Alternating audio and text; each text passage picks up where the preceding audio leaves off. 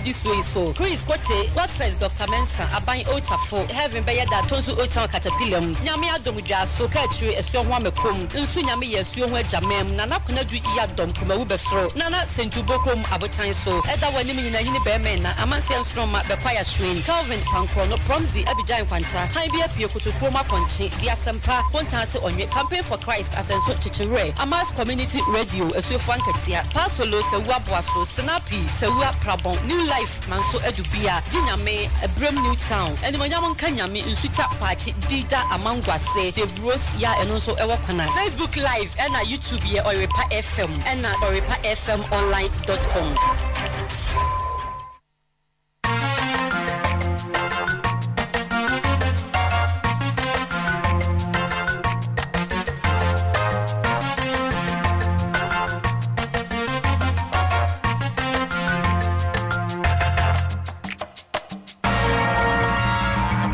Oyerepa News.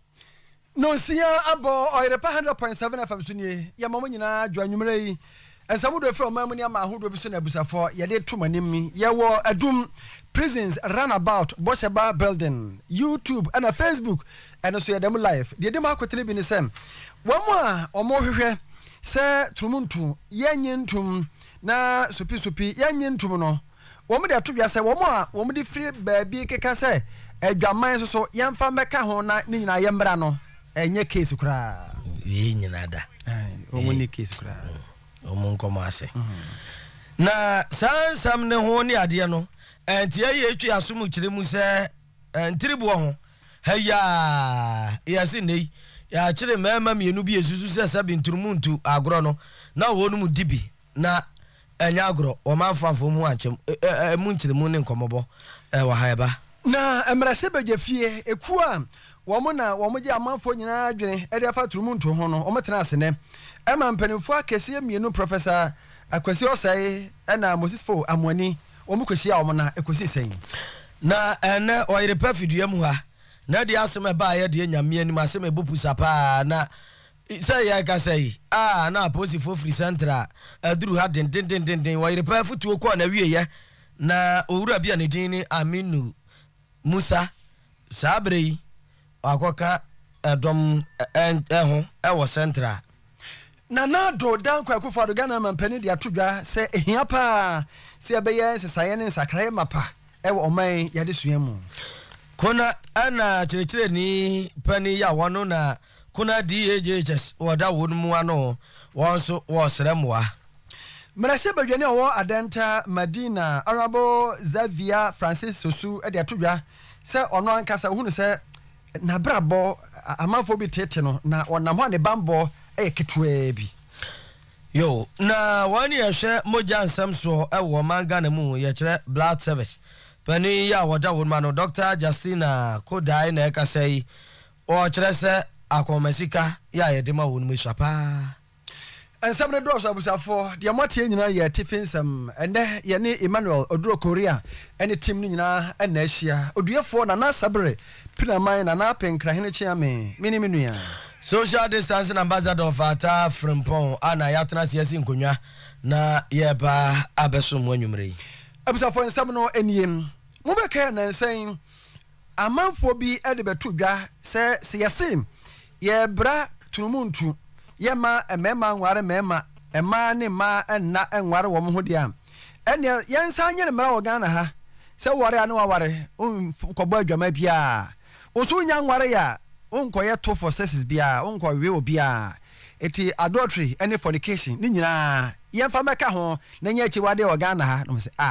se we die ntimi nyesa hwe yenya nware ya kwanda ho gise honkonkro tumu eno de amunti mfa mani nturumuntu eni babia ye ni chefa bia mo fa nto nchen entina ena ye honorable Roxen Dafia Makpo ya wo ye mrase badwani na onu kure wo ka wo mu a asora gina dendenden ho se turumuntu ye mpa ni mu kura ahwe no eyi wo mu a wo mu de abeka ho se siyase mpa turumuntu a ene ye ntwa adwaman mu ene saa ne mane nyina mu no wo se we nya asem mo mfa meka ho kura na ebo abira turumuntu nko supi nko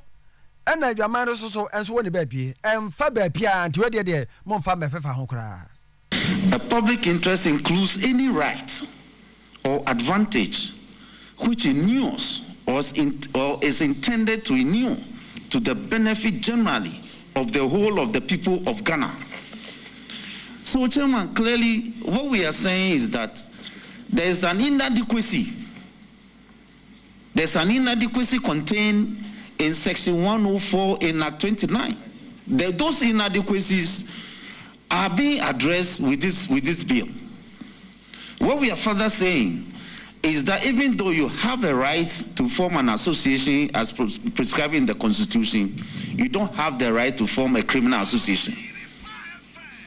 So this bill will address that. Further, the question has been asked whether or not we will be amenable to adding things like adultery and all that. Adultery is already provided under our Matrimonial Causes Act, Section 2, thereabout. Adultery as a criminal offense? Hold on. I am saying that it is already provided. If this House comes to the determination that you want to criminalize adultery, it is the right of the proponent to propose it. And when this House will adopt it, that is fine. But our bill is not addressing adultery. That is not the focus of this bill, and nobody should pollute the focus of this bill with adultery. Mamo fa sa dwaman no e mefrafra trumuntu yinkura ho ne nitwa kapia e bobra se obi aware a na ofri ne yire chia na ye se ye dwaman e na se bi obi nware ye na wono so wo ye de aware fo ye no eno so se eno de ne trumuntu ni ba bia ye obi a na ne ba bi ntimo fa nto che ona bo Roxen da fia makpo eno no no wie ye no e na Honorable Sam George ya ona wo ye twompiata gangari ya pa trumuntu yi wo kotia no de to dwasem okay ya mrahye bjafo se edoso said ye no bi keka ho bo mu edi bill ba bonte a yesi tumuntu yampa ani mahwe no samrahye bjafo no bi so pa wo metima aka se adultery and fornication no ene so ye fa meye mra se ye nya bi wo Ghana ha etia kra ti wo ba adwama ya samato mo metima fa na mo de aba ye de enye focus ne no ye focus ne se tumuntu yampa supi yampa. And Chairman, just to add to it, Chairman, you are a senior at the bar. I mean, I would be grateful if you could show me how Section 104 of Act 29 would deal with a case involving transgenders, for example. I would be grateful if you could show me the adequacy of the existing law. Are you asking questions or you are answering questions? I'm suggesting to the chairman. I'm suggesting to the chairman's knowledge of the law, the inadequacy of the position. I can ask you a question. I'm not asking a question. I'm asking for assistance. But Chairman, guidance on the issue of adultery and fornication again that was raised. This bill has a focus and an object, and the object is to deal with what we have stated. Just a minute. That was a thought that came from Honorable Obonkema, that people are suggesting or proposing that this bill should be expanded to include that. Would you want to consider that? Yes. Chairman, there are 275 MPs in Parliament. 8 of us have chosen to do this. It means that there's still 267 that could do. The Honourable Eslawusu could pick up a private member's bill on adultery and fornication. But let's be clear here. I have not come across any group of adulterers or fornicators who have formed a group and are asking for society to recognize their rights to adultery. So you cannot. So you will not consider that. Move on to the next question. I'm saying to you that they are apples and oranges. Yes. It's clear. Move on to the next. The where you are Sam George and na or Casano no chechemu say sa dwaman no ene trumuntu no obi ana ne baby ti say marashe be ni bi so baka say o be a me as lawusu me so person say yesi yenye trumuntu entum dia ene adwaman so ye chiwade ukobo adwaman ye be ye o say ya fine but for now de trumuntu ene so pe ne ye ka ho asem say ye mpe odia for say we no chrosem kra chim uko chrosem mu a yawo bone ne yawo achiwa anamumuyo jese mumuyo no ye bone ntraso jese bone na wiye ye te se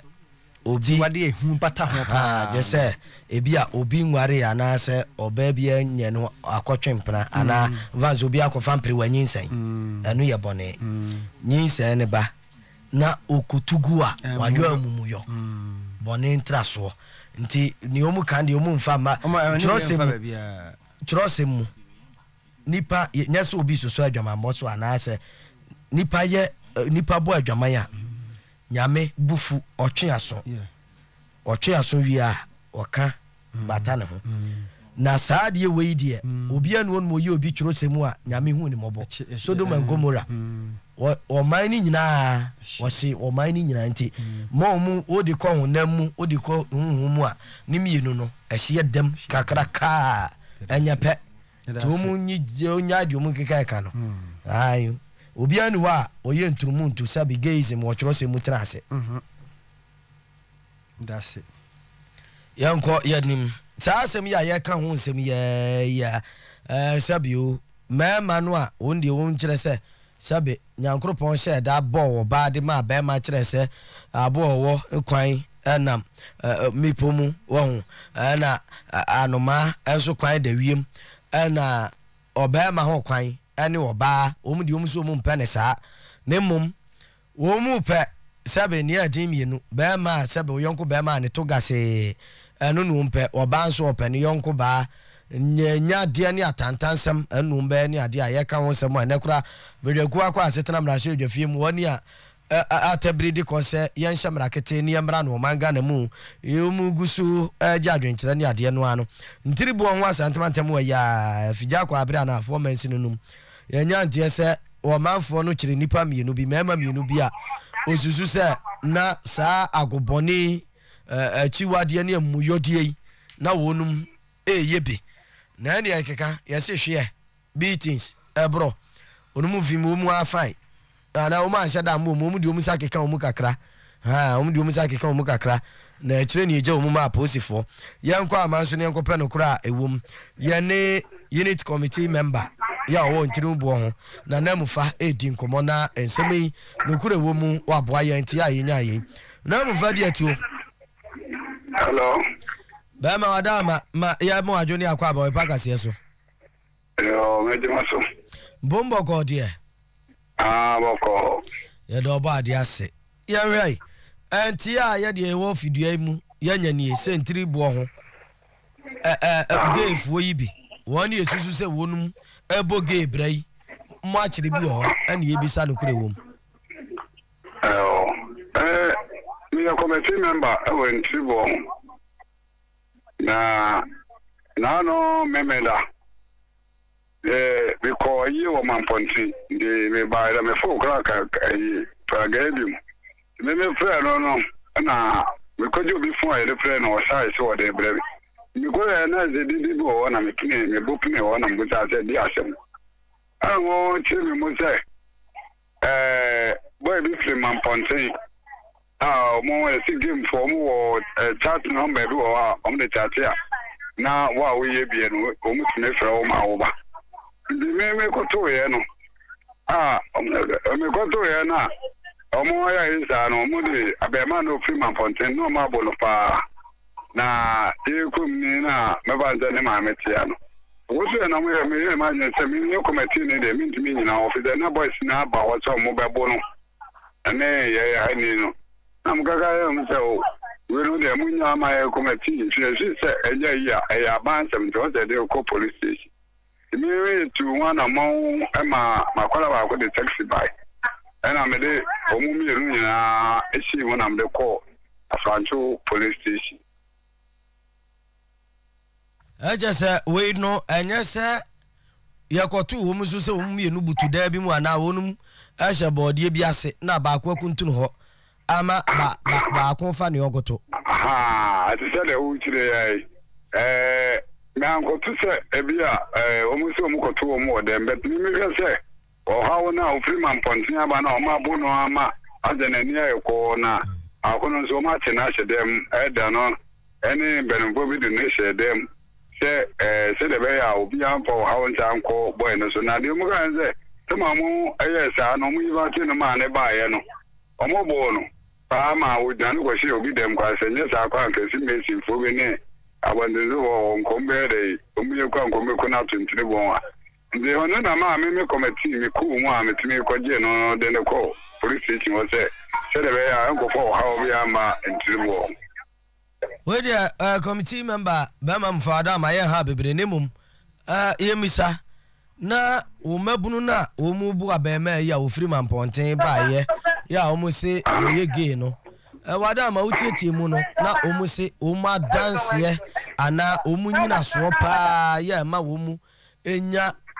awontoso se abrante no gay bra no wo bobi no ene sen me de wo mu nyina so mo ye na o mo de bu abema no me kwa mba me ga ze ni sekra mai ni ba no ye game awo mampontia na ono no unye said man bia ha ma no de tumi fra no free mampontia no ba na moda da no na mokobo no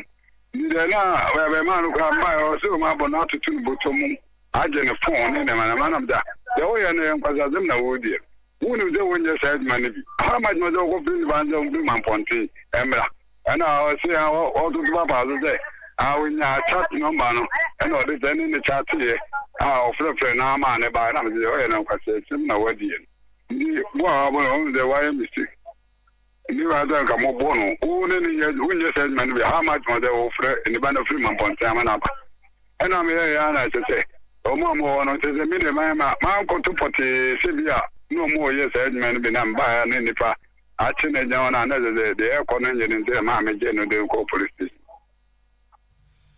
ya semo de zeze adama posifo no ya janu anase woda wo mu ho posifo no de akwara de wanya bi na za manza me ko metile ne entembia ne bit me wuram anza za ge ya semo no o mano etia te yinyiki na wo no watimi ayesade no na mrani tia na nso bi ye wo ya ne dede bi yi em de elo no abangwa na bitimi aye ho aduma ye se committee de ye de no so be kakra bi esuma ye de ko bo police station na se de ko council nti no no de na se min zo imagine de police no bitimi atre ho agene yo ma ya no ase committee member wadama yo we ye ntribu ho committee member potamo abedwakuo wonum eba baako eno no nanamufa ana ye no odi nkomo a wa kire mu ye nti na we kura na onye se woni ekoto wonum a na ombutu so pe no bi we ndie susu ye be kan sa se susu na omu susu se abrante no oye bia no omu di abro no ze go wi akire no onye bia so a ya nso se be mabono buhunu oh ayi kedi ajamasu wase yem yanimere pa se fornication ni adultery no ye nye no se de be tumuntu no na wonde nka wawu na wonde nka wawu je se dwaman ne de papa komo wase nka wawu kedi ajamasu de ka komo kedi ajwaman be ku ye de ajwaman mo mra kwa de ho be kire no wase ne ho be kire no papa nti yem yanimere ne de ani tumuntu fa ba pia ko wadi mo yo ke waka ya te wa pe party wonka tumuntu foko ko pass ma be sa wo na ene sa committee ne wo mra hye beje fie etena ase no ya wo moje amanfo adwene se wa wo pese turumuntu ya manamana Ghana sopi emra no beka wasem no ebi kokan na mo so a mo mpese eba kura ya chiwade kura no mo mra beka na wo mo se turumuntu ya chiwade kura se yeso so no mo ba ko ene professor Akwasi say ona Ghana ha nyina no mental health authority no or director general just sabi o ya abodanfo nyina doctor abodanfo penipa ona doctor peni oda abodanfo o hwe abodanfo nyina so na wokogira na wakyerechie mu dia fa abefo kwan so abodem nyansa pede de friend say scientific evidence pa kyerechie mu say turumuntu de yesebe nkwase amasem mu de muntie de okan homosexuality that we say that we are removing from the list of abnormalities, it used to be in a class of conditions. And those things still remain. Pedophilia, a 60-year-old man decides that my interest in sex is to go for a 2-year-old girl, and not just once. That is my persistence. Pedophilia is abnormal. It's mental illness. Somebody decides that my interest is to go for somebody who is dead, a dead person, and not just once. That's my tendency. Necrophilia is mental illness. Somebody decides that my interest is with animal, bestiality, or zoophilia. It is mental illness. Somebody decides that mine is to smell the panties, the undies of a woman, and then I get my sexual gratification. Fetishism. It's mental illness. Somebody decides that I'll peep, some peepism, look into the hole to see a naked woman bathing, and I get my sexual gratification. Voyeurism. It's mental illness. Somebody decides that I will stand in a queue behind a lady and rub my genitals at his buttocks and get my gratification. Frotteurism. It's mental illness. Now, homosexuality used to be in all this class. Now, just because of political pressure, you've taken it out and left the remaining. Now, imagine a man filling his water tank with fuel, or fuel tank with water. Would you consider this person normal? Or at a restaurant, he takes the food, he puts it into his ears, or his nose, or behind. Would you consider that normal? And that is similarly. Wei aya Professor Akwesi o say no Director General Mental Health Authority no na wacheche mo no say wo bi ka say wono de obaware aboa o adwum haw Ghana so de say obi wa adwum haw che say wa bodam sa no person che wa bodam no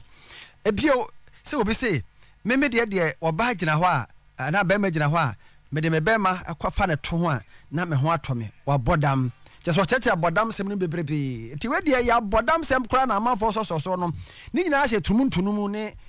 saa supi no mu obi ye na mranimfo ba kwa wapin Ghana ha lawyer Moses Fo amoni aso de betudwa se womo a womani abre denden se yenyi tumuntuntum no woma sada no wodi human right confuse ye kwa ye bibia ni wa ewomu. She is the normal gene. She is the straight gene. Right? So I'm indicating that at the end of the day, you cannot say that I'm her opposite. No, that's not how you got to put it. So it is not as if to say heterosexuals are the opposite of homosexual activity. No, that shouldn't be the case. If somebody doesn't want to be helped, then clearly he's gone beyond what he's doing, and he needs to be restrained from, doing acts that will be contrary to what our society and our values admit. An example is the kleptomania I've referred to. Can I deal quickly with Esther's question about recantation? Now, the word recant just means you resile from your position. And actually, the process of recantation is not new. Currently in Finland, there is a law that bans what they call hate speech. If a Christian states a Christian position as to the fact that the Bible disallows homosexual activity, that is considered to be hate speech. There's a member of the Finnish parliament who's currently being prosecuted. And the law says that if that offender recants, they use the same word, recant, then he can be admitted to probation. So it is not a new word. And the word just means you move away from that position. And the supervision from saying that you've recanted will be done under proper psychological help, so that people don't use this as an excuse to run away from the punishment. Now, if you look at the structure of the law is to ensure, because the homosexual strategy, as we have identified, is that we distinguish between those who are genuinely homosexual through peer pressure, hormonal problems, psychosocial problems. Those people are the ones we want to guide away from that behavior. So even when they are during investigation, during arrest, during sentencing, even incarceration, if they realize that, there's a problem, and they say they need help, then there will be no incarceration. But those who want to fund it, who want to promote it, who want to advertise it, why would you want to promote something you are prohibiting? We lawyer Moses Fo amwani enwachi na Professor Afia JT Hesi enso kasa che say omo mo yasa aturum ntukura ne de abusu afoma asema emobbo papa HIV omo na de ba na to de bisu amomfa nche me o say enlarge anus and vagina na che say trumu no momfa nche abusu afo trumu no mo baye bagaya na oba no so na se kwan so aye ho muntie do kan. So what are the health impacts of sodomy? These are effects that we see as pediatricians as well as physicians, all grades of physicians. Anal rectal prolapse, sexually transmitted infections, genital cancers, warts, anal syphilis. They occur in the general population, but they're at a much higher rate in people who engage in these different practices. And the result, fecal incontinence and destruction of their social lives. And we have lots of patients that have come that are wanting to move away from that kind of lifestyle. It's a public health issue, just like smoking. Increased alcohol intake, environmental degradation, they are regulated. We've realized through science that the negative effects that they would have would be horrific. So it's foolhardy to think that this should also not be related. And I don't apologize, but there are some graphic images that would show the kind of conditions we are talking about. Nan ko peso wuram ba kunum na se ebrenintina ye frame na busa for we professor afia jeti hesi ono so no trumuntu no de wase mayem fam makra yem fa nampre entu baby di utie maame no presentation na no ye ne ya nza no opeso akako sensu aso ni bi ni se woni ye ntrumuntu no sabe mema no so muto emu baba se be du baby no beduru baby kura so mu na ma no mu ye shepete kwa ade ne ba se ni nyina aka ho ti wo go fa yare no ma na se boka wo ti wo na ma sabe no o jane na egu monte so ama ya sa bete no this cigarette kura ye example say cigarette obi aka obi right but onuma yes advice kura say ye nyai onuma ye say you said that home yo ya nko ye ni mu ai na ya nto agase so na ubetumi aba Facebook live ni susesi ya abraba hwe ni so ade na asema ba fi ade jaza asema bopusa na obese nyame nko anenim awre ho na asefim papa Facebook live ni so Oyerepa radio wo ba ya de video no beto susesi na George kumpara wa ma me container Oyerepa futu George antena ne dom ba nkonwasie onwumadie mu anaja amenya me kura de ya na anu otutu bi ma sofi ya nkyira ni ade ya kura na eja omu bo modern ni immaculate ni kunu ni reunion ka omu bo lumba donyuma omu di asa akono egu amenya me kura tiri so eja o man for do no ani age so ma ya ade so ma ka omu abomu ni ade na enu nu twagu ye no ka ni ji aba